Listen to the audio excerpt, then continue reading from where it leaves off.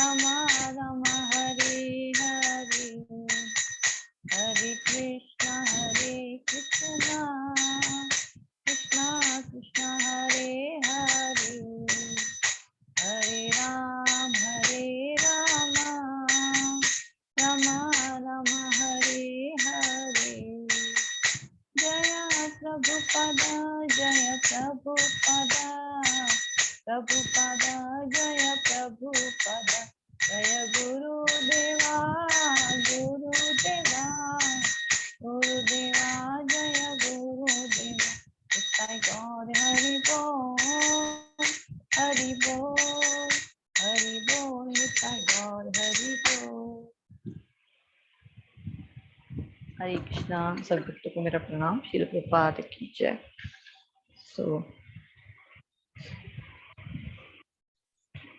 आज हमारे बहुत कम भक्त आए हैं और आज चौथा चैप्टर, बहुत इम्पोर्टेंट चैप्टर है, वो शुरू हुआ है। तो हम लोग, मैंने एक पीपीटी भेजी है प्रवीण प्रभु, वो आप शेयर कर सकते हैं।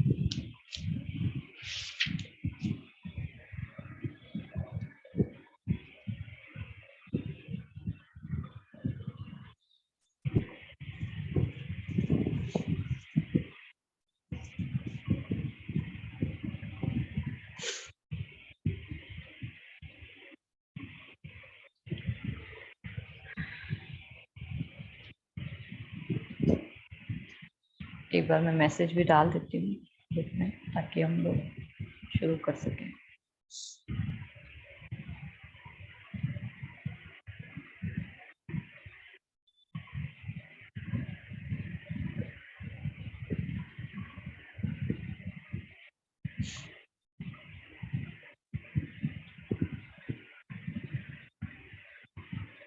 प्रवीण प्रभु हैं क्या क्लास में?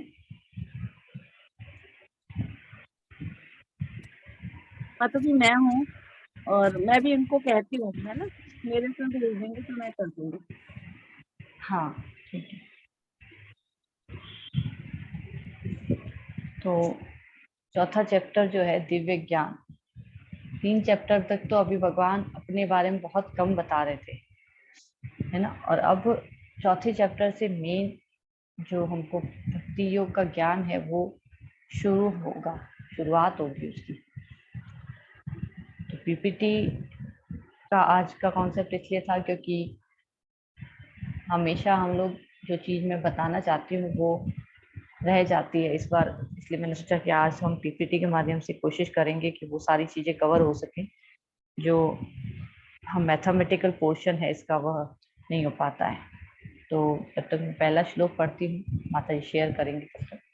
श्री भगवान उवाच इमं विवस्वते योगं प्रोक्तवान् व्ययं विवस्वान् मन्वे प्राह मनोरिक्ष्वा कवयः ब्रवीत्।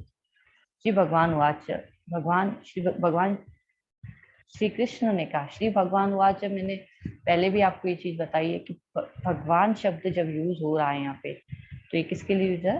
भगवान श्री कृष्ण के लिए। तो नीचे जब अनुवाद लिखा हुआ है तो वहां लिखा हुआ है भगवान श्री कृष्ण ने कहा। क्या कहा?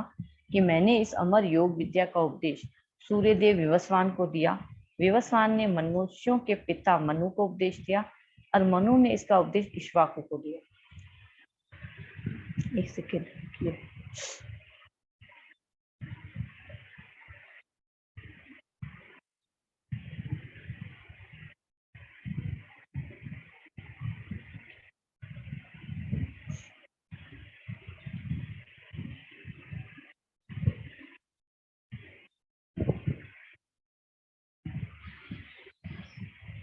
हरे कृष्णा माता जी, आपकी हरे आवाज नहीं कृष्णा। आवाज। हाँ हाँ हाँ, मैं रुकी थी एक सेकंड देखने के लिए, मुझे लगा मैं आपको शेयर कर देती हूँ अगर देर लग रही है तो। जी एक सेकंड।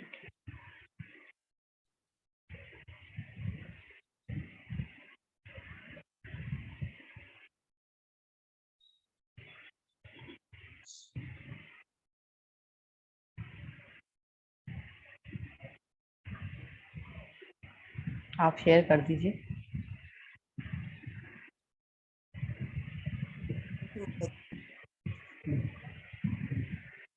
तो भगवान श्री कृष्ण ने कहा, मैंने समर योग विद्या का उपदेश सूर्य देव विवस्वान को दिया और विवस्वान ने मनुष्यों के पिता मनु को उपदेश दिया और मनु ने इसका उपदेश इक्ष्वाकु को दिया। तो प्रभुपाद यहाँ पे तात्पर्य में क्या बता रहे हैं कि यहाँ पर हमें भगवत गीता का इतिहास प्राप्त होता है ना। पहला है यहाँ पे, पहले तो हम 3rd चैप्टर से 4th चैप्टर की तरफ आ रहे हैं, आप स्क्रीन पे देख सकते हैं। 4th चैप्टर 2nd पे जाइए। हाँ, पहला इस चैप्टर का नाम है ट्रांसेंडेंटल नॉलेज, यानी कि दिव्य ज्ञान। नेक्स्ट पे आइए, selfishness lead to the transcendental knowledge. तो पहले था सेल्फिशनेस टू सेल्फिशनेस, मतलब कि हम अपने लिए सारे कार्य करते हैं, फिर वो भगवान के लिए किए जाने लगे। 3rd चैप्टर में हमने इसके बारे में थोड़ा सा पढ़ा था। अब इसको हम कैसे दिव्य ज्ञान में कन्वर्ट किया जाए, ये जो है ये इस चैप्टर में बताया जाएगा। ठीक है, नेक्स्ट। तो कनेक्शन क्या है चैप्टर 3 और चैप्टर 4 में? चैप्टर 3 में हमने देखा था कि भगवान ने ये बताया था कि कैसे जो काम है मटेरियल बॉन्डेज में कन्वर्ट होता है, मतलब how the lust causes the material bondage and how one has to curb the lust by deliberate the spiritual intelligence. यानी कि लास्ट में हमने पढ़ा था कि किस प्रकार से हमें जो आध्यात्मिक बुद्धि का प्रयोग करना चाहिए इस काम रूपी जो शत्रु है इसको हराने के लिए, है ना। अब इस चैप्टर में 4th चैप्टर में क्या बताया जाएगा? कृष्णा बताते हैं, भगवान बताते हैं कि जो ट्रांसेंडेंटल नॉलेज है जिससे कि one can be protected from the bondage of the lust, जिससे कि कोई भी काम रूपी शत्रु से बच सकता है। Krishna describe how he personally give this spiritual knowledge to great kings. किस प्रकार से भगवान ने बताया कि किस प्रकार से उन्होंने ये ज्ञान किसी को दिया है, किसको, बहुत बड़े बड़े ऋषियों को, राजाओं को दिया है, और फिर उन्होंने इसका उपयोग किस में किया है? अपनी भक्ति में, सेवा में किया है। And then help them utilise the opportunity of the human form of life, और फिर इस मनुष्य जीवन का उपयोग सही जगह पे करने में उन्होंने इसका उपयोग किया था। तो इस तरह से ये चीज है। 3rd और 4th में ये रिलेशन है चैप्टर में। हमने लास्ट टाइम भी मैंने बताया था आपको कि इसका जो 43 श्लोक है, एवं बुद्धि परम बुद्धवा वाला, तो मन को सावधान आध्यात्मिक बुद्धि से स्थिर करके आध्यात्मिक शक्ति द्वारा इस काम रूपी दुर्जय शत्रु को जीतो, ये लास्ट श्लोक था। अब इसको जीतो कैसे? मतलब बोल तो दिया आध्यात्मिक बुद्धि से, लेकिन वो आध्यात्मिक बुद्धि कैसे आएगी? तो अब भगवान वो आध्यात्मिक बुद्धि के बारे में बताएंगे, इसमें दिव्य ज्ञान के बारे में। ठीक है, नेक्स्ट। ये वही चीज है, कोई ज्यादा डिफरेंस नहीं है इसमें। आगे बढ़िए। यहाँ से बहुत इंपॉर्टेंट चीज शुरू हो रही है। पूरे चैप्टर का एक बार ओवरव्यू देख लेते हैं, उसके बाद मैं आगे बढ़ना चाह रही थी, इसीलिए मैं रुकी हुई थी। तो पहला जो 14.1 से लेके 4.1 से 4.10 तक, यानी कि 10 श्लोक जो हैं, ट्रांसेंडेंटल नॉलेज अबाउट कृष्णा, भगवान के बारे में जो दिव्य ज्ञान है उसके बारे में बताएगा। फिर 11 से 15 में अप्लाइंग द ट्रांसेंडेंटल नॉलेज, किस प्रकार से इस ज्ञान को उपयोग में लिया जाए या किस तरह से अप्लाई किया जाए उसको बताया जाएगा। 16 से 24 तक ये बताया जाएगा understanding the Karma on the platform of the ज्ञान, ज्ञान के स्तर पर, ज्ञान की स्तर पर जाके किस प्रकार से हमें कर्म योग को समझना है, ये चीज यहाँ पे बताई जाएगी। और उसके बाद 25 से 33 में sacrifices lead to the transcendental knowledge या ज्ञान, तो किस प्रकार से यज्ञों के द्वारा यह दिव्य ज्ञान, यज्ञ क्या यज्ञ करने पड़ते हैं। यज्ञ का मतलब केवल वो स्वाहा वाले यज्ञ नहीं, यज्ञ यानी तपस्या, कौन सी तपस्या करनी पड़ती है जिससे कि यह दिव्य ज्ञान हमें प्राप्त होता है। और लास्ट में इसका कंक्लूजन है 34 से 42 में। ठीक है, इस तरह से ये चैप्टर डिवीजन है। तो आगे बढ़ते हैं, क्योंकि कुछ चीजें बहुत जरूरी थी बतानी, लेकिन उसके साथ साथ मुझे लगा कि मैं सब कुछ बता दूं, बट आज मुझे थोड़ा सा अच्छा नहीं लग रहा है कि बहुत सारे वक्त नहीं है आज क्लास में, तो जो इम्पोर्टेंट चीज समझने वाली थी वो फिर से उनकी रह जाएगी। शेयर आपका हट गया है माता जी।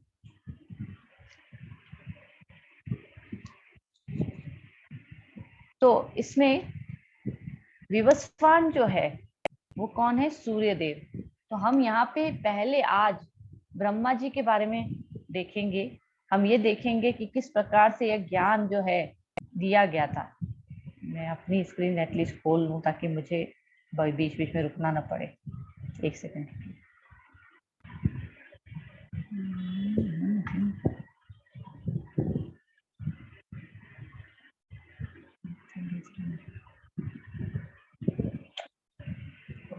मेरा भी हैंग हो रहा है। वेरी गुड, बहुत अच्छे। तो इटर्नल एजुकेशन, हम इसको इस चैप्टर में मेन क्या चीजें समझेंगे, EARS के थ्रू समझेंगे। ई यानी इटर्नल एजुकेशन 1 से 10 में, दिव्य ज्ञान। फिर एक्यूरेट अंडरस्टैंडिंग, पूरी तरह से उसको समझना। फिर रिमूविंग द रिएक्शन, किस तरह से उसमें कर्मों का जो प्रभाव आता है या कर्म किस तरह से लागू होते हैं वो सब कुछ समझना। और लास्ट में मैंने अभी बताया था सैक्रिफाइसेस, तो ये यज्ञ, उसके लिए क्या यज्ञ करने पड़ते हैं, ये सब कुछ। नेक्स्ट, तो पहला पार्ट आज हम 4.1 से 4.4 या 5 तक ही कर पाएंगे, क्योंकि आज डिटेल इंफॉर्मेशन काफी ज्यादा है। आप लोगों ने राधापति प्रभु जी की क्लासेस जो अटेंड कर रहे हैं, उन्होंने तत्व के बारे में बताया है। मैं इसमें जो इंफॉर्मेशन है परंपरा और ये चीजें उनके बारे में बताऊंगी। तो आप दोनों क्लासेस जब अटेंड कर लेंगे तो आपको बहुत ज्यादा सही तरह से इन श्लोकों के बारे में पता चल जाएगा। क्योंकि भगवत गीता एक ऐसा ग्रंथ है जिसमें हर बार आप पढ़ेंगे तो हर बार नई चीज निकल के आती है, और हर बार हर आचार्य भी अलग अलग पर्सपेक्टिव से इसमें अपनी एक गुह्य चीज को समझा सकते। इतना गुह्य है ज्ञान की एक पॉइंट को उठाया तो उसी पे पूरा चला जाता है, फिर दूसरा पॉइंट उठाया तो उसी पे पूरा चला जाता है। तो इस तरह से बहुत सारी डिटेल्स हैं, बट हर कोई पूरी डिटेल्स कवर नहीं कर पाता है। तो हर व्यक्ति, मतलब हर जो आचार्य या जो शिक्षा गुरु होते हैं, काउंसलर्स होते हैं, वो अपने अपने अकॉर्डिंग लेते हैं, जहाँ पे जो इन्फॉर्मेशन ज्यादा जरूरी होती है। तो तत्व का ज्ञान भी जरूरी है, और जो जनरल इन्फॉर्मेशन है वो भी बहुत जरूरी है। तो हम उस जनरल इन्फॉर्मेशन के बारे में आज चर्चा करेंगे। Transcendental knowledge about Krishna should be received by the disciple succession. सबसे पहले क्या होना चाहिए, गुरु परंपरा के द्वारा ये दिव्य ज्ञान प्राप्त होना चाहिए। The reveal the truth about Krishna's form, his birth and his activity. और इससे क्या मिलेगा हमको, भगवान के रूप गुण लीलाओं के बारे में ज्ञान प्राप्त होगा। Knowing this truth, one who take the shelter of Krishna become purified to attain Krishna. और इससे क्या होगा कि जो भी भगवान की शरण में जाएगा वो प्योर होता जाएगा, शुद्धि होती जाएगी, जिससे कि कृष्ण की प्राप्ति होगी। ठीक है, नेक्स्ट। यहाँ से हमारी मेन चीज शुरू हो रही है कि मैंने जैसे कहा कि अभी मैंने इस अमर योग विद्या का उपदेश सूर्यदेव विवस्वान को दिया, और फिर कैसे गया। तो ये जो है इतनी बड़ी चीज है, इतना मतलब डिटेल्ड है ये चीज कि हम इसको बहुत ज्यादा तो नहीं ले सकते। लेकिन हाँ, जैसे कि पिछली बार हमने ये डिस्कस किया पूरा का पूरा, तो चैप्टर 4 में जो भगवान अब बताएंगे कि विवस्वान को दिया, फिर मनु जो है वो मनुष्य के पिता है, फिर उन्होंने इक्ष्वाकु को दिया, है ना। तो भगवान जानबूझकर यहाँ पे क्या कर रहे हैं, क्षत्रिय राजा का उदाहरण दे रहे हैं, इक्ष्वाकु का उदाहरण दे रहे हैं। तो आज हम चर्चा करेंगे कि भगवत गीता का ज्ञान जो है कितना पुराना है इसके बारे में। ठीक है, तो सूर्य जो है वो क्या है, सूर्य देव एक प्लेनेट है, वहां के राजा कौन है, विवस्वान। ठीक है, वो एक व्यक्ति है। फिर वे संसार को रोशनी देने वाले हैं। लेकिन साथ ही साथ अगर हम एक जनरल फॉर्म में देखें, अभी मैं बीच में कुछ और बिल्कुल ही अलग उसमें जा रही हूँ और फिर वापस से हम इस पे आएंगे। तो संसार को रोशनी देने वाले हैं, लेकिन साथ ही साथ वे गुरु भी थे। वे किसके गुरु थे, कोई बता सकता है? उन्होंने गुरु की भूमिका भी निभाई है सूर्यदेव ने। किसके गुरु हैं?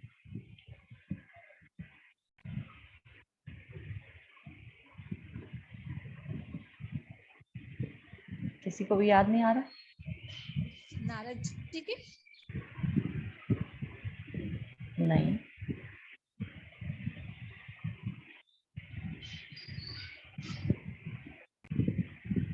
नारद जी तो ब्रह्मा जी के पुत्र हैं।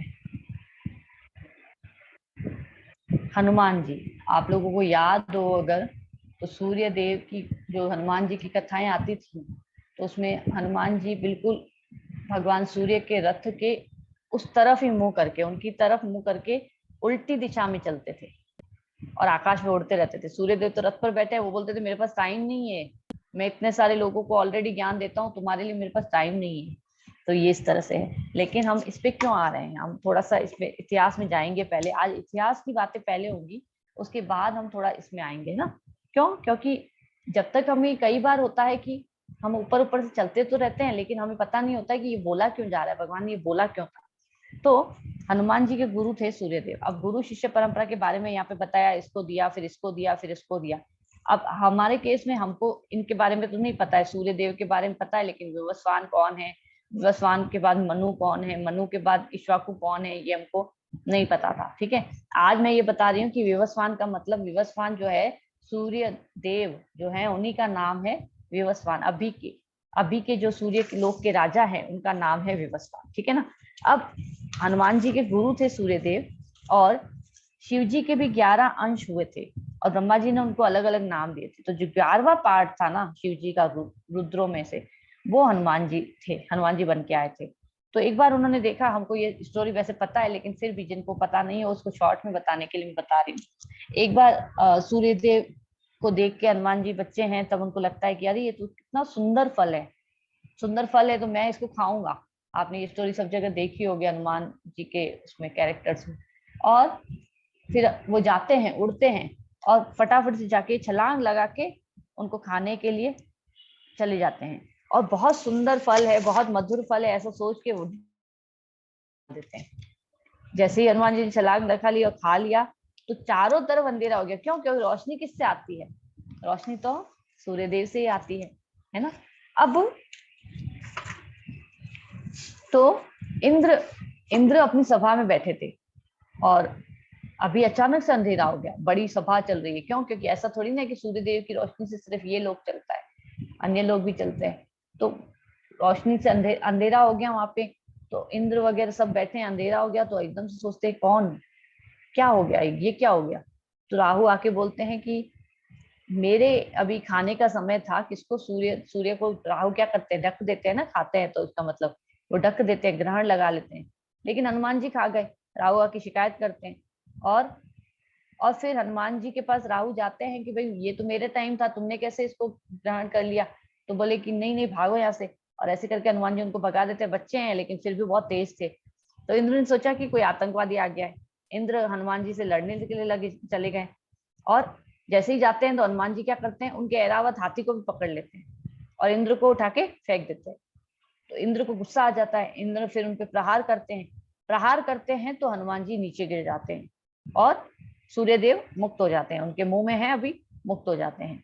अभी हनुमान जी जैसे ही नीचे गिरे, तो उनके जो पिता है पवन देव, वो देखते हैं कि मेरे बेटे को चोट लग गई है, और वो बहुत ज्यादा गुस्सा हो जाते हैं। वो कहते हैं मेरे पुत्र की ये हालत किसने करी? उनको जब पता चलता है तो वो पूरी पवन वायु को खींच लेते हैं। संसार भर से जो भी वायु है, अब सबकी सांस घुटने लगी, लोग मर रहे हैं, तो सब तरह त्राही त्राही मच जाती है। फिर ब्रह्मा देवताओं के साथ जाते हैं पवन देव के पास कि हमको माफ कर दीजिए, आप बताइए हमको क्या करना है। तो बोला कि पहले तो मेरे पुत्र को ठीक करो, और उसके बाद इसको आप सब लोग क्या करोगे? आशीर्वाद दोगे। इस तरह से वरदान मांगते हैं। तो बोला कि ठीक है। सूर्यदेव ने वरदान दिया कि जब तुम्हें ज्ञान की आवश्यकता होगी तो मैं तुम्हें ज्ञान दूंगा, है ना। और अग्नि ने वरदान दिया कि मैं तुम्हें कभी जला नहीं पाऊंगा। तभी आपको ध्यान हो कि भगवान हनुमान जी की पूंछ में आग लगाते हैं रावण, तो भी उनकी पूंछ जलती नहीं है, वो पूरे लंका को जला के आ जाते हैं, है ना। तो इसके कारण क्या होता है कि हनुमान जी इतने ज्यादा अभी बदमाश हो गए, और ज्यादा। पहले भी बदमाश ही थे, लेकिन अभी और नॉटी हो गए। और नॉटी हो गए तो फिर वो एक जगह से दूसरी जगह सबको, ऋषियों को परेशान करते हैं। तो एक ऋषि उनको शाप दे देते हैं, बोलते हैं कि अब मैं तुम्हें शाप देता हूँ कि तुम अपना ये ज्ञान भूल जाओ। इस तरह से होता है ना। तो ये जो ज्ञान है, एक बार फिर हनुमान जी क्या करते हैं, ये ज्ञान लेने के लिए, सॉरी मैं भूल गई बीच में, कि ये ज्ञान लेने के लिए सूर्यदेव के पास जाते हैं। और सूर्यदेव उनको कहते हैं कि मैं तुमको ये ज्ञान कैसे दूंगा? तो वो फिर कहते हैं कि मैं उल्टा आपके रथ के साथ साथ चलता रहूंगा, और इस तरह से वो ज्ञान प्राप्त करते हैं। तो ये जो अभी इस समय जो हनुमान जी की बात हो रही है, ये बहुत पहले की बात है। अभी इस मनु की बात नहीं हो रही है। यहाँ पे जो लिखा हुआ है वैवस्वत मनु, ये भी इस मनवंतर की बात है। वैवस्वत मनु अभी के हैं, हम अभी डिस्कस करेंगे पूरा का पूरा। अभी इससे भी पहले की बात हो रही है, जब हनुमान जी को ज्ञान दिया गया था, राम जी के टाइम से भी पहले, समझ लो राम जी के टाइम से भी पहले, है ना। तो इस तरह से हमको समझना चाहिए कि सूर्य देव जो है वो कितने पुराने टाइम से ज्ञान देते आ रहे हैं, मतलब कितने लोकप्रिय है वो। जैसे नारद जी जो है, आज ही हम डिस्कस कर रहे थे परमहर में कि नारद जी जो हैं वो क्या हर मनवंतर में चेंज होते हैं, या हर युग में चेंज होते हैं, या हर चतुर्युग में चेंज होते हैं, या फिर कब चेंज होते हैं? तो मैंने कहा मैंने कभी भी नहीं सुना है कि नारद जी कभी चेंज होते हैं, क्योंकि नारद जी एक ही व्यक्ति है। नारद जी, ऐसा नहीं होता है कि इस मनवंतर में या इस चतुर्युग में प्रकट हुए फिर दूसरे व्यक्ति नारद बनेंगे, फिर तीसरे व्यक्ति नारद बनेंगे, ऐसा कभी नहीं सुना है। शिव जी के बारे में सुना है, ब्रह्मा जी के बारे में सुना है, इंद्र के बारे में सुना है, सप्तऋषियों के बारे में सुना है, सबके बारे में सुना है, लेकिन इनके बारे में नहीं सुना है। तो हनुमान जी को यह ज्ञान जो है फिर सूर्य देव से मिलता है। तो हम सोचते हैं कि सूर्य जो है एक काग का गोला है, लेकिन वहां भी जीवन है। सूर्य देव जो है वो भी एक ज्ञान देने वाले व्यक्ति है ना। तो अब हम इस पीपीटी पे देखते हैं। सॉरी, पीपीटी हटा दी क्या आपने? आरती में तो है ही नहीं। प्लीज प्रवीण प्रभु आप शेयर कर दीजिए।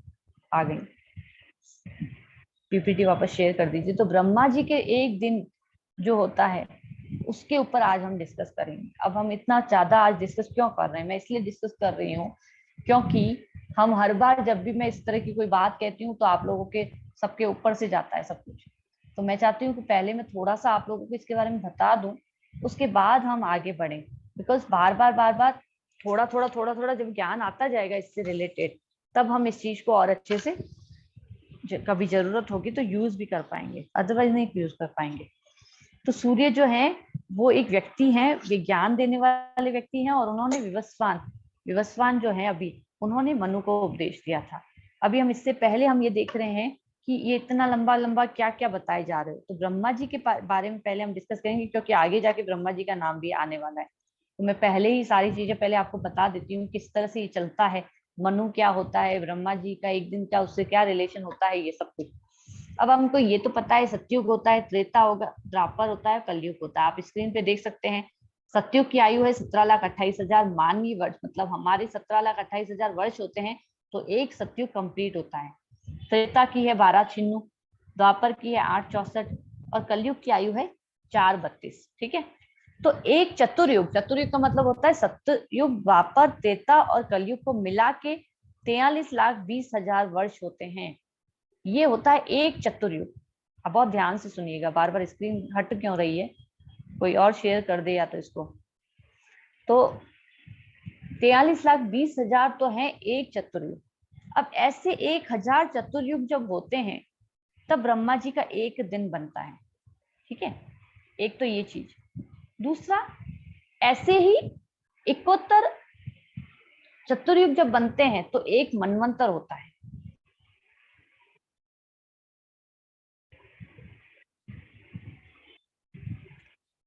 उनके प्रॉब्लम आ रही है प्रवीण प्रभु, या तो आप शेयर करिए।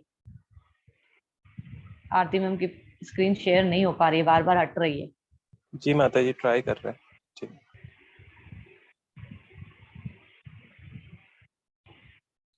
तो 71 बार दो चीजें हमको ध्यान में रखनी है। तो एक तो होता है एक चतुर्युग है 43,20,000, आप स्क्रीन पे देखते जाएंगे तो आपको समझ में आता जाएगा। फिर जब 1,000 चतुर्युग की बात करें अपन, तो वो 14 मनवंतर होते हैं, और एक मनवंतर का मतलब होता है 71 चतुर्युग। यानी कि एक चतुर्युग लिया, इसको 71 टाइम्स करते जाओ 71 टाइम हो गया ना, तो वो एक मनवंतर होता है। और ऐसे 14 मनवंतर जब हो जाते हैं तो 1,000 चतुर्युग पूरे हो जाते हैं। और वो 1,000 चतुर्युग जो होता है ना, वो ब्रह्मा का एक दिन होता है। दिन सिर्फ, उसको एक कल्प भी कहते हैं, दिन भी कहते हैं, कल्प भी कहते हैं। और ब्रह्मा जी का एक दिन जो है वो देवताओं की आयु के बराबर होता है। ऐसी ही ब्रह्मा जी की रात्रि भी होती है। ये तो दिन है सिर्फ, 43,20,000 इंटू 1000 करेंगे तो एक दिन बनेगा, और उतनी ही आयु की रात्रि भी होती है। तो मैंने बताया था कि उसमें क्या हो जाता है, उसमें हम सब महत्त्व में चले जाते हैं। तो ये दोनों चीजें मिला के ब्रह्मा जी का एक दिन और एक रात मिलती है, एक पूरा दिन बनता है 24 घंटे का, समझ लो जैसे हमारा होता है वैसे उनका एक दिन और एक रात होती है। फिर उसके बाद ऐसे अगर हम कहें तो पूरा साल होगा, ऐसे 100 वर्ष मानवीय वर्ष के हिसाब से अगर गणना करें तो ऐसे 100 वर्ष है ना। एक वर्ष 360 दिन का होता है, ऐसे ऐसे 100 वर्ष। हम ये सब कुछ हमारे ह्यूमन जो है ना कैलेंडर है उसके हिसाब से सोच रहे हैं, क्योंकि ब्रह्मा जी का कैलेंडर अलग तरीके से चलता होगा, हमारा कैलेंडर जैसे चलता है हम उसके हिसाब से समझ रहे हैं कि कितना बड़ा होता है ये टाइम। तो एक ब्रह्मांड की आयु, जैसे कि हम कहते हैं ना एक ब्रह्मांड उत्पन्न हुआ फिर वो खत्म हो गया पूरा कंप्लीटली, वो ब्रह्मा जी की आयु के जो 100 वर्ष होते हैं उसके बराबर होता है। ठीक है, तो इसका मतलब क्या है कि 1000 चतुर्युग के बीच में 14 बार अलग अलग मनु आते हैं। जो हम मनु मनु कह रहे हैं ना, मनु यानी वो मनुष्य जिससे कि हमारी उत्पत्ति हुई है, तो ऐसे 14 बार आते हैं और तब जाके ब्रह्मा जी का एक दिन कंप्लीट होता है, सिर्फ एक दिन कंप्लीट हो रहा है। ऐसे ही फिर दूसरा दिन जब शुरू होगा, पहले एक प्रलय आएगी, हम सब महतत्व में पार्शियल फॉर्म में चले जाएंगे, फिर से उत्पन्न होंगे, फिर से वापस दूसरा दिन शुरू होगा, फिर तीसरा। अभी क्या चल रहा है आगे देखते हैं, नेक्स्ट स्लाइड पे आइए। ये थोड़ा सा टिपिकल है, फिर भी मैं प्रयास करूंगी कि आप लोग समझ पाए। तो हमने अभी नीचे से शुरू करना, आप लोग नीचे से देखिए, सतयुग सतयुग त्रेता द्वापर और कलयुग, ये 4 चीजें लिखी हुई नीचे, दिव्य युग जिसको कह रहे हैं। तो ये है 4.32 मिलियन, जो मैंने अभी 43,20,000 बताया आपको। इसको ज्यादा बड़ा मत करिए, आप वैसे ही रहने दीजिए कि समझ नहीं आएगा ऐसे। हाँ बस। तो अभी आप ऊपर जाके इसको देख रहे हैं कि यूं एक एरो बन के ऊपर की तरफ जा रहा है जहाँ पे मनवंतर लिखा है। इसका मतलब ये जो 2 लाइनें हैं ना, ऐसे 71 मनवंतर मतलब 71 चतुर्युग होते हैं। ये एक चतुर्युग, एक दिव्य युग की बात हो रही है। ऐसे दिव्य युग 71 जब मिलते हैं 71 बार, तो हमारे पास वो आता है एक मनवंतर। तो ये मनवंतर जो है 71 चतुर्युग को मिला के बनता है। ठीक है, अब आप साइड में देख पा रहे हैं, यहाँ पे एक जगह लिखा हुआ है संध्या काल, और दूसरी तरफ मनवंतर के भी दूसरी तरफ भी लिखा हुआ है संध्या। इसका मतलब है कि एक टाइम पीरियड ऐसा होता है कि जहां से एक मनवंतर से दूसरे मनवंतर में ट्रांजेक्शन होता है। मतलब एक मनु खत्म किया कलयुग को, 71 बार चला गया, 71 बार होने के बाद दूसरा मनु जब आएगा उसके बीच में थोड़ा सा एक पीरियड होता है, गैप होता है जिसको कहते हैं, ऐसे करके। फिर ऐसे मनु जो है 14 मनु ऐसे मिलते हैं, तब एक कल्प बनता है। अभी मैंने बताया था आपको कि 14 मनु मतलब एक मनवंतर में एक मनु आता है। वो मनु क्या करता है, पूरी सृष्टि को ब्रह्मा जी उसको उत्पन्न करते हैं और फिर पूरी सृष्टि को वो देता है, जीव देता है। फिर वापस खत्म होता है, संध्या आती है, दूसरा मनु अपॉइंट होता है, दूसरा मनु आके फिर से करेगा ये काम, तीसरा मनु आएगा, चौथा मनु आएगा, ऐसे करके 14 मनु आएंगे। तो ये 14 मनु जो है एक कल्प बनाते हैं। एक कल्प मतलब ब्रह्मा जी का एक दिन तब तक खत्म हो जाता है। और यहाँ पे जाके आप देखते हैं पार्शियल डिस्ट्रक्शन और पार्शियल क्रिएशन होता है। यानी कि जब शुरू होता है तो पार्शियल क्रिएशन वापस शुरू होता है, और कल्प खत्म होते ही पार्शियल डिस्ट्रक्शन होता है। यानी कि हर एक कल्प के बाद एक बार तो खत्म होती है सृष्टि, लेकिन पूरी तरह से खत्म नहीं होती, ब्रह्मांड खत्म नहीं होता है, सिर्फ सृष्टि का कुछ पार्ट खत्म होता है, फिर से वापस होती है। और ऐसे कल्प मिला मिला के पूरा जो है ब्रह्मा जी का दिन बनता है। ठीक है, मैंने बताया ना ब्रह्मा जी का एक दिन है ये, तो ऐसी ही रात्रि भी होगी।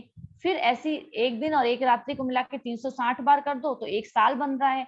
और एक साल तो सिर्फ एक साल ही है, लेकिन हमको तो 100 साल चाहिए ब्रह्मा जी के, वो जाके लाइफ ऑफ ब्रह्मा बनता है। तो लाइफ ऑफ ब्रह्मा का मतलब उस ब्रह्मांड की आयु है वो 311 ट्रिलियन ईयर होते हैं। तो थोड़ा थोड़ा मैंने बताया है आपको कि आप समझने का प्रयास करें कि हम इतने छोटे लेवल पे बातचीत करते हैं और फिर भी हम सोचते हैं कि हम ये हैं हम वो हैं, लेकिन आप इन चीजों को जब समझने का प्रयास करेंगे तो हमें समझ में आएगा, अरे हमें तो कुछ आइडिया ही नहीं है अभी तक, हमारी तो सब चीजें ऊपर से जा रही हैं। तो मनु के बारे में बताना जरूरी था, इसलिए मैंने आज सब कुछ बताया ये। क्योंकि अगर आपको पता ही नहीं होगा कि मनु है कौन, क्यों आते हैं, कब आते हैं, तो फिर हम मनु का शब्द लिख के छोड़ देंगे ऐसे ही। हाँ ठीक है, विवस्वान ने मनु को उपदेश दिया, ये तो समझ में आ गया, लेकिन मनु होता कौन है ये हमने आज डिस्कस किया। तो मनु कौन होते हैं? मनु एक व्यक्ति हैं, जीव हैं, जो कि अपॉइंट किए जाते हैं एक पर्टिकुलर टाइम पीरियड के लिए। ऐसे 14 मनु अपॉइंट किए जाते हैं ब्रह्मा जी के एक दिन में, और उसमें से हम जो हैं, अब आगे आइए नेक्स्ट स्लाइड पे, हम कौन से मनु में चल रहे हैं ये अब हम देख रहे हैं। हम जो हैं ब्रह्मा जी के 50 साल निकल चुके हैं, मतलब ब्रह्मा जी के सृष्टि का 100 साल का आयु है ना, उसमें से 50 साल निकल चुके हैं, हम 51वें साल में हैं अभी, ठीक है। उसका भी पहला दिन है, 51वें साल का पहला दिन चल रहा है ये अभी। तो जैसे ही ये कलयुग खत्म होगा ना हमारा 4,32,000 वाला, तो इसका मतलब ये चतुर्युग खत्म होगा, चतुर्युग खत्म होगा तो ये पार्शियल डिस्ट्रक्शन होगा, ब्रह्मा जी का एक दिन खत्म होगा, ऐसे करके 1000 चतुर्युग करने के बाद, ठीक है। तो ये जो है इस पे अब आगे और चीज बताती हूँ। 7वां मनु चल रहा है, 14 मनु होते हैं, हमने कहा था ब्रह्मा जी के एक दिन में 14 मनु होते हैं, उसमें से 7वां मनु चल रहा है, और 7वें मनु में से 28वां चतुर्युग चल रहा है। 1000 चतुर्युग होते हैं, अब उसमें से 28वां चतुर्युग चल रहा है 7वें मनु में। ऐसे करके हमको समझना है, लेकिन मुझे पता है ये कुछ समझ में नहीं आएगा आप लोगों को अभी। कुछ लोगों ने अगर पहले कुछ पढ़ रखा होगा तो थोड़ा थोड़ा समझ में आएगा, लेकिन ये तीनों स्लाइड्स मैं आपको भेज दूंगी, आप इनको वापस से देखिएगा, बहुत अच्छे से बार बार पढ़िएगा तो थोड़ा सा समझ में आने लगेगा। क्योंकि एक्चुअल में हम सामने होते हैं ना, मैं पहले क्लासेस जब लेती थी तो मैं बोर्ड पे समझाती थी ये सारी चीजें, अभी क्या मेरे पास लिमिटेशन है, मैं कैसे समझाऊं, तो इस वजह से ये स्लाइड्स के थ्रू प्रयास कर रही हूँ समझाने का। लेकिन वेवस्वत मनु जो बात कर रहे हैं ना, यहाँ पे लिखा है मनुष्य के पिता मनु को उपदेश दिया, तो मनु कौन है यहाँ पे? वेवस्वत मनु की बात हो रही है। तो वेवस्वत मनु जो है अभी 7वें मनु है, और 28वां चतुर्युग हमारा चल रहा है। ब्रह्मा के जो दिन, पूरा एक दिन होता है ना, कृष्णा जो है एक बार आते हैं उसमें, भगवान कृष्ण 28वें चतुर्युग में द्वापर में आए, फिर चैतन्य महाप्रभु भी 28वें कलयुग में आ चुके हैं 500 साल पहले, ठीक है ना। लेकिन राम जी जो है, ये वायु पुराण में लिखा हुआ है कि राम जी जो है 24वें त्रेता युग में आए थे, अभी नहीं आए थे, 28वें चतुर्युग में नहीं आए थे, वो 24वें त्रेता में आए थे, त्रेता युग में आए थे, 24वें चतुर्युग के त्रेता काल में आए थे, मतलब समझ लो। तो राम जी बहुत पहले आए हैं, कृष्ण और महाप्रभु अभी अभी आके गए, 5000 साल पहले कृष्ण आके गए, 500 साल पहले महाप्रभु आए।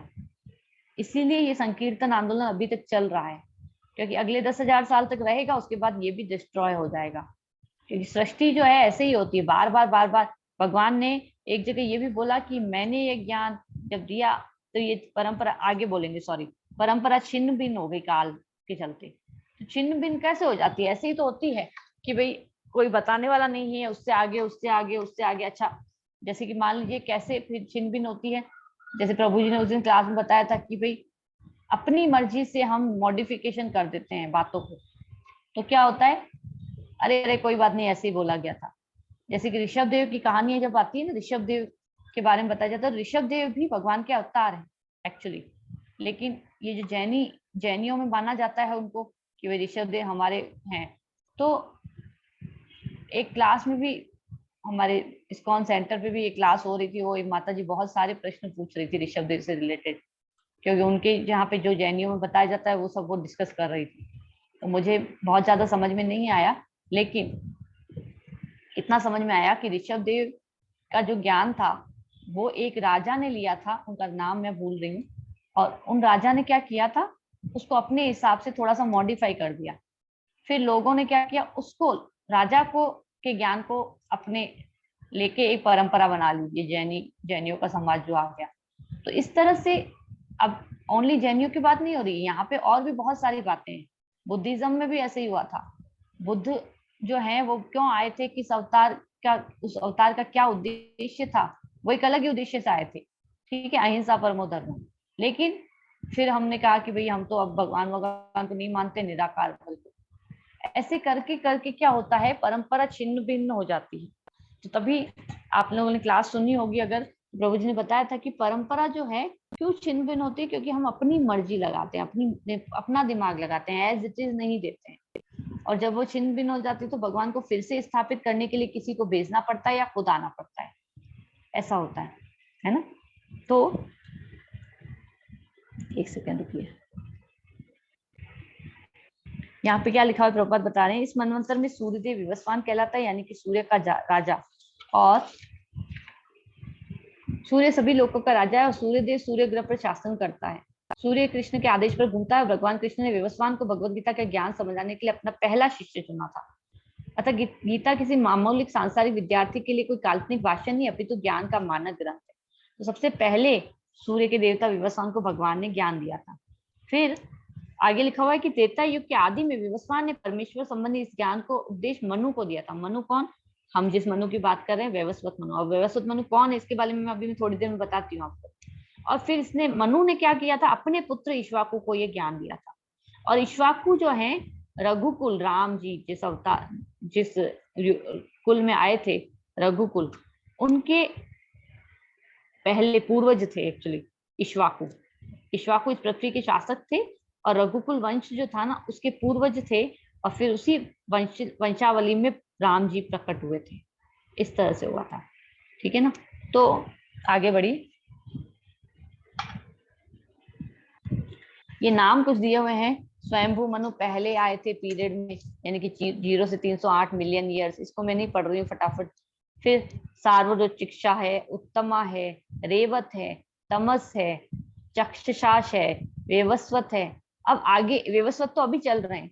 अब इसके बाद सार्वत्री, फिर दक्ष सार्वत्री, ब्रह्म सार्वत्री, धर्म सार्वत्री, रुद्र सार्वत्री, प्रोचद्य सॉरी इसका नाम भी सार्वत्री है, इंद्र सार्वत्री। तो इस तरह से ये जो है सारे मनु आएंगे अब, क्योंकि अभी तो 7वां चल रहा है ना। 8, 9, 10, 11, 12, 13, 14 मनु होने चाहिए पूरे, तभी तो जाके पूरा कल्प खत्म होगा। 14 मनु के लिए अभी हम 7वें में चल रहे हैं। और 7वें में भी हम अभी तक 51वें साल, मतलब ब्रह्मा जी का 51वें साल का पहला दिन ही है अभी तक तो, ठीक है। अभी तो पहला दिन ही चल रहा है ये।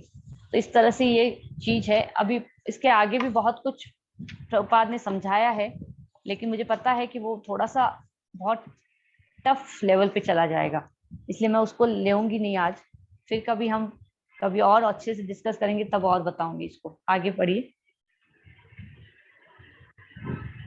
हाँ, तो इस कहानी को हम सुन लेते हैं। कुछ लोगों को मैंने सुनाई थी, मोस्ट प्रोबेबली सारे यहाँ पे हैं, लेकिन हो सकता है कोई उस दिन क्लास में मिस हुआ हो किसी का। तो राजा सत्यव्रत करके एक राजा थे जो कि 6ठे मनु में आए थे, है ना। राजा थे 6th मनु, मतलब जब 6ठा मनवंतर चल रहा था उसमें लास्ट राजा सत्यव्रत थे, ठीक है ना। और उन्होंने क्या किया था कि वो थोड़ा सा ऐसा बताया जाता है कि उन्हें थोड़ा सा, बहुत अच्छे भक्त भी थे लेकिन थोड़ा सा अहंकार भी आ गया था। लास्ट राजा थे और बहुत अच्छा चल रहा था उनका सब कुछ, ऐसा कुछ हुआ था। तो उन्होंने क्या किया, वो भगवान की तपस्या कर रहे थे और सोच रहे थे कि अब मैं भगवान को प्रसन्न कर लूंगा। तो एक दिन वे जब गए थे स्नान करने के लिए, तो स्नान करके जैसे अंचुली में जल भर के अपन वापस डालते हैं ना नदी में, तो उस तरह से कुछ कर रहे थे। तो उस वक्त उनके अंचुली में एक छोटी सी मछली आ गई। अब वो सोचे कि मछली है तो कोई बात नहीं, उन्होंने वापस नीचे डाल दी। अपन भी सोचेंगे ना भाई जब मछली आई है तो क्या करें, वापस डाल दो उसी में। तो वापस डाल दी उन्होंने। फिर वहां से आवाज आती है कि हे राजन, तुमने मुझे क्यों इस पानी में छोड़ रहे हो, मैं बहुत भयभीत हूँ और मुझे बचाओ तुम, क्योंकि यहाँ पे बड़े बड़े जीव जंतु रहते हैं, बड़े बड़े मछलियां रहती हैं, वो मुझे खा जाएंगे। तो राजा ने फिर से अंचुली में जल भरा तो फिर से वो मछली आ गई। बोला कि मुझे बचाओ, मैं तो आपकी शरण में हूँ।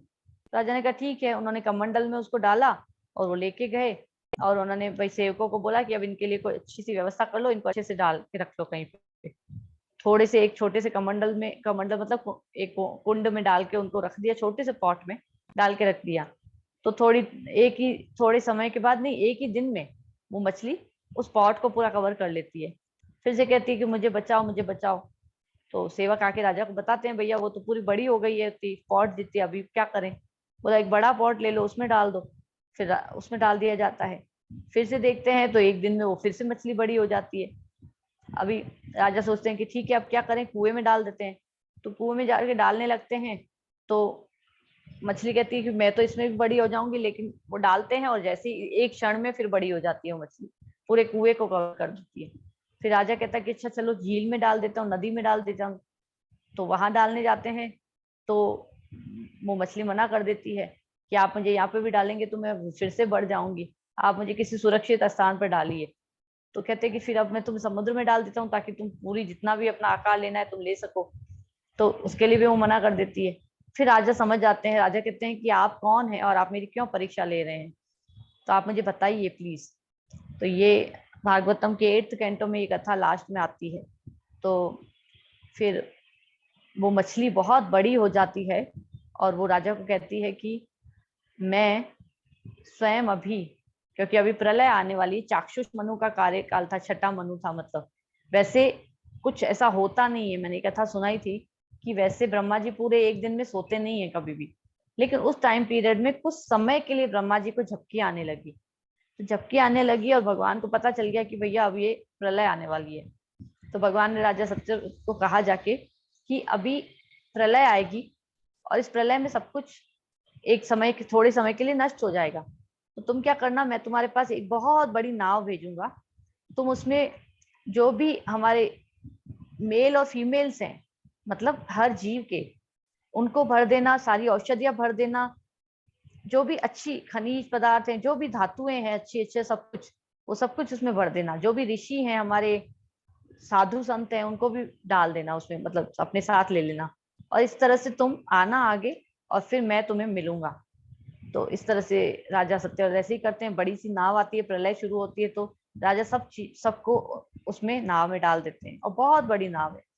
अब आगे चलती है वो नाव थोड़ी सी, और इतने में उनको ऋषि कहते हैं कि आप भगवान को याद करो, भगवान ही हमको बचा सकते हैं। तो राजा सत्यव्रत भगवान को याद करते हैं, तो मछली के रूप में भगवान राजा मत्स्य अवतार प्रकट होता है। नेक्स्ट स्लाइड पे आप जा सकते हैं, वहां पे आपको मत्स्य अवतार दिखाई देंगे। तो मत्स्य अवतार प्रकट होता है और वो मत्स्य अवतार राजा को कहते हैं कि, उस मत्स्य अवतार में क्या होता है, एक सींग होता है उसके मछली के सिर पे। अब वो कहते हैं कि इसको तुम वासुकी नाग से, इस नाव को मतलब वासुकी नाग की को रस्सी बना के और मेरे सींग से बांध दो, और जब तक ये प्रलय रहेगी तब तक तुम इससे बंधे रहना, फिर प्रलय जब छट जाएगी तब तुम वापस चले जाना।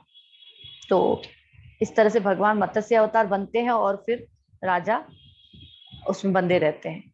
अब होता ऐसा होता है कि भाई ये जो खत्म होता है, फिर ये राजा जो है सत्यव्रत, यही आगे चल के श्राद्ध देव कहलाते हैं, श्राद्ध देव बन के आते हैं, है ना। और श्राद्ध देव, और फिर इसको व्यवस्वत मनु भी कहा जाता है। ये 7वें मनवंतर के मनु होते हैं। तो फिर यहाँ पे ये ज्ञान जो है इनको दिया जाता है, व्यवस्वत मनु को सूर्य देवता देते हैं। और फिर इनके बहुत सारे पुत्र होते हैं, इसकी भी बहुत बड़ी कथा है। इनके 10 पुत्र होते हैं, उसमें से ईश्वाकु सबसे बड़ा होता है और एक पुत्री भी होती है। ये बहुत लंबी कथा है, फिर इसमें हम डिटेल में जाएंगे तो कोई सेंस नहीं है उसमें जाने का। तो इस तरह से ये पता चलता है कि जो ईश्वाकु था उनको ये ज्ञान दिया गया। वो किसके पुत्र थे, इन्हीं के पुत्र थे।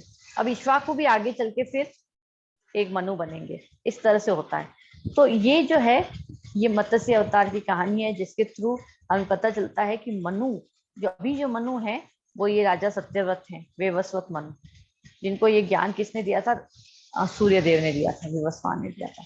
ठीक है, आगे बढ़िए।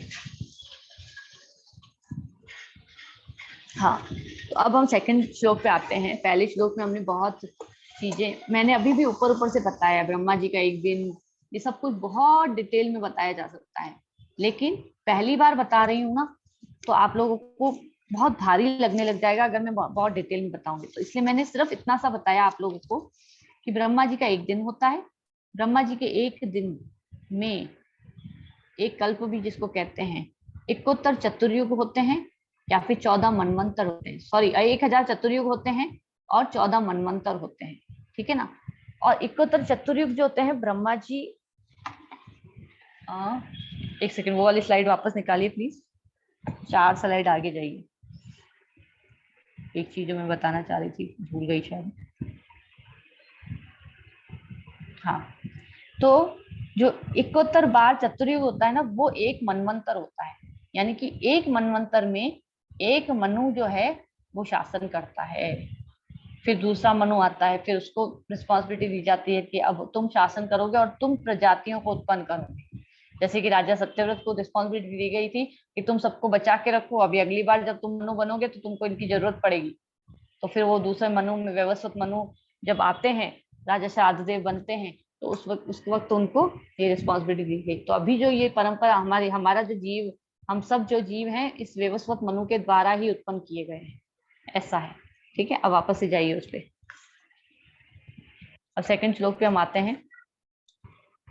एवं परंपरा प्राप्तम इमं राज ऋषयो विदुः सकाले नेह महता योगो नष्ट परंतपः। इस प्रकार ये परम विज्ञान गुरु परंपरा द्वारा प्राप्त किया गया और राज ऋषियों ने इसे विधि से इसे समझा, किंतु कालक्रम में यह परंपरा छिन्न हो गई, अतः यह विज्ञान यथा रूप में लुप्त हो गया लगता है।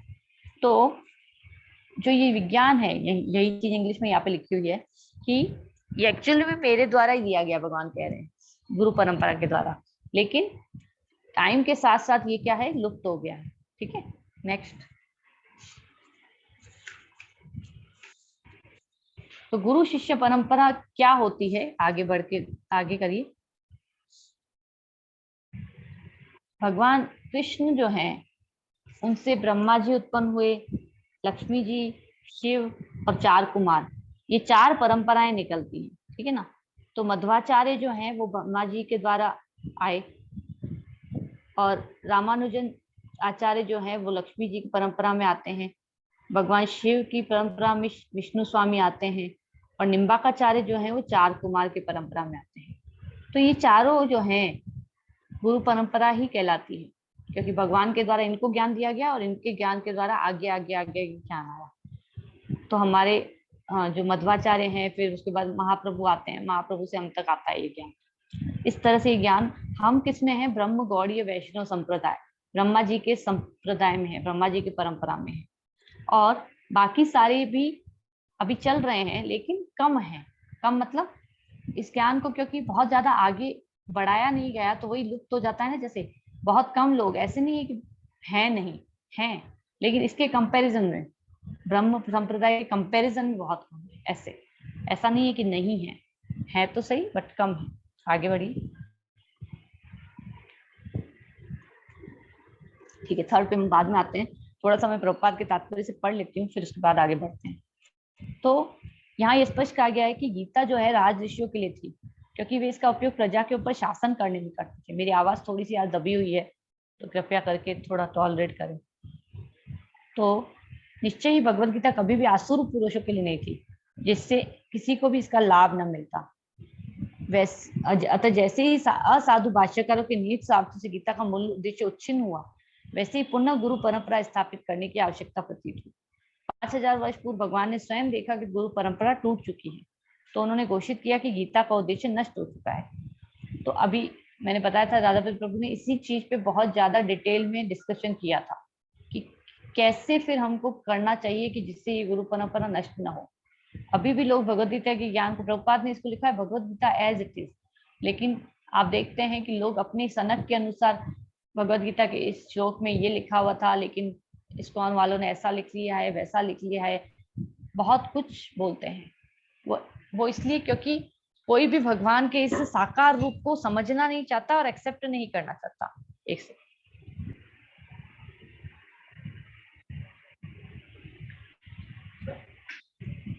तो इसलिए वो अपनी अपनी मन घड़त चीजें इसके ऊपर थोपते हैं। ठीक है ना। तो प्रभुपाद बता रहे हैं कि भगवत गीता जो है यथारूप मानवता के लिए महान वरदान है, किंतु यदि इसे मानसिक चिंतन समझा जाए तो यह समय का अपव्यय होगा। विभिन्न संसारी विद्वानों ने गीता की असंख्य टीकाएं की हैं, किंतु वे प्राय सभी श्री कृष्ण को स्वीकार नहीं करते, वरन कृष्ण के नाम पर अच्छा व्यापार चलाते हैं। यह आसुरी प्रवृत्ति है, क्योंकि असुर गण ईश्वर में विश्वास नहीं करते, वे केवल परमेश्वर के गुणों का लाभ उठाते हैं। अतः अंग्रेजी में गीता के संस्करण की नितांत आवश्यकता थी, जो परंपरा से प्राप्त है। इसी उद्देश्य से प्रभुपाद ने ये पुस्तक को इंग्लिश में लिखा था। एक्चुअली में प्रभुपाद ने, ये ट्रांसलेशन हुआ है हिंदी में, तो है ना, प्रभुपाद ने एक्चुअली में इसको इंग्लिश में लिखा था। नेक्स्ट लोग पे, हाँ ठीक है, हम थर्ड पे आ चुके हैं। स एवायम मया ते अद्य योग प्रोक्त पुरातन भक्तो असि मे सखा चेति रहस्यम हेतुत्तमम्। आज मेरे द्वारा वही यह प्राचीन योग यानी परमेश्वर के साथ संबंध का विज्ञान तुमसे कहा जा रहा है, क्योंकि तुम मेरे भक्त तथा मित्र हो, अतः तुम इस विज्ञान के दिव्य रहस्य को समझ सकते हो। तो क्योंकि तुम मेरे भक्त और मित्र हो, इसीलिए मैं तुमको बता रहा हूँ। तो भगवान यहाँ पे साफ बोल रहे हैं क्या क्वालिफिकेशन क्या होनी चाहिए जो कि इस ज्ञान को समझ सके। वो एक तो भगवान का भक्त होना चाहिए और आसुरी प्रवृत्ति नहीं होनी चाहिए, भगवान से शत्रुता नहीं होनी चाहिए, मित्र होना चाहिए। मित्र नहीं है तो एटलीस्ट भगवान में श्रद्धा रखने वाला होना चाहिए, तभी उसको ये बातें समझ में आती है, ये बोल रहे हैं। ठीक है। प्रभुपाद क्या बता रहे हैं कि मनुष्यों की दो श्रेणियां, भक्त और असुर। भगवान ने अर्जुन को इस विद्या का पात्र इसलिए सुना क्योंकि वह भक्त था, किंतु असुर के लिए यह ज्ञान समझ पाना संभव नहीं है। ठीक है ना, क्योंकि असुर जो होते हैं वे क्या करते हैं, कृष्ण के बारे में मन गढ़ंत बातें कहते रहते हैं, उपदेश मार्ग से सामान्य जनता को गुमराह करते हैं। अभी बहुत सारे नाम हम ले सकते हैं अभी के समाज में भी, और आने वाले कलयुग में और भी होंगे, जो कि कुल मिला के डेमोनिक मेंटेलिटी होती है। हमें ना आज भी रात वाली क्लास में 9 से 10 जो सैटरडे क्लास होती है उसमें सुर और असुर के बारे में मैं बताऊंगी, तो उसमें बहुत डिटेल में बताऊंगी। अभी मतलब मेरा गला बिल्कुल ही हो रहा है, तो मैं ज्यादा इस पे नहीं कर पा रही हूँ। तो ऐसे कुमार्गों से बचने के लिए यह चेतावनी मनुष्य को चाहिए कि अर्जुन की परंपरा का अनुसरण करें। तो इस तरह से हमें ये ध्यान रखना चाहिए कि ये जो मनगढ़ंत बातें जो लोग करते हैं उनके बहकावे में नहीं आके हमें जो ज्ञान एज इट इज मिला है हम उसी पे अडिग रहें। जो बार बार हमारे मंडे से थर्सडे की क्लास में भी डिस्कशन हुआ था अभी इस हफ्ते, कि हमको ये ज्ञान जो मिला है उसको किसी भी इधर विंडो शॉपिंग में खर्च न करें, हम सही तरह से उसको प्राप्त करने का प्रयास करें। ठीक है, चौथा श्लोक पे आते हैं। अर्जुन वाच अपरम भवतो जन्म परम जन्म विवस्वतः कथमेत द्विराजीन्याम तव माधव प्रोक्तावानिति। अर्जुन ने कहा, सूर्यदेव विवस्वान आपसे पहले हो चुके हैं, तो फिर मैं कैसे समझू कि प्रारंभ में आपने इस विद्या का उपदेश दिया था। अब यहाँ पे कैसे समझे, ये जिज्ञासा सब लोग करते हैं, है ना। वैसे अर्जुन तो जिज्ञासा क्या है हमारे लिए कर रहे हैं, अर्जुन को कोई डाउट नहीं है, लेकिन वैसे देखा जाए तो कई बार लोग डाउट करते हैं कि अरे भगवान ये कौन है, कृष्ण तो एक बाला था, 125 साल के लिए आया था, फिर ये क्यों बोलता रहता है कि ये कृष्ण थे और ये भगवान है और ये है और वो है। इस तरह से प्रभुपाद कह रहे हैं कि ये जिज्ञासा उन सबों के लिए जो भगवान में विश्वास नहीं करते हैं, अथवा उन असुरों के लिए जिन्हें ये विचार पसंद नहीं है कि कृष्ण को भगवान माना जाए।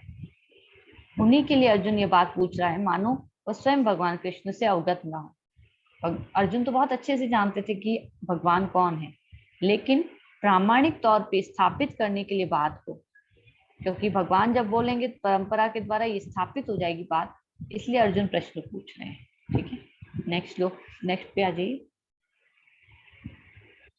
लास्ट इस पे देखते हैं, क्लियर कम्युनिकेशन जिसको कहा जाता है कि Arjun doesn't ask question immediately. पहले वो 2 वर्सेस में 2 श्लोकों में दूसरी चीजें सुन रहे हैं, फिर चौथे श्लोक में पूछ रहे हैं, और उसके बाद भगवान के ऊपर विश्वास है और धैर्य भी है, संदेह नहीं है।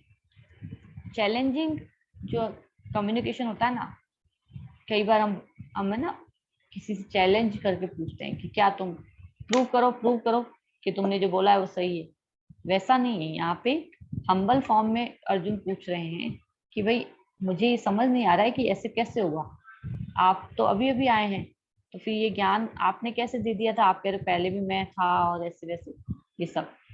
तो इस तरह की जो हम्बलनेस है, विनम्रता है, प्रभुपाद कह रहे हैं हमको उस चीज पे ध्यान देना चाहिए। कभी भी हम अपने गुरु से, शिक्षा गुरु से, किसी से ये प्रश्न कभी भी कुछ पूछते हैं तो हमको विनम्र होके गुरु के पास जाना चाहिए, एटीट्यूड में नहीं, अहंकार में नहीं। विनम्र होके जब हम पूछेंगे तो हमें उत्तर मिलेगा, तो हम उसको स्वीकार भी कर पाएंगे, क्योंकि गुरु आपसे कभी झूठ नहीं बोलता है ना, लेकिन वो बहुत ही अच्छे शब्दों में सच बोलता है।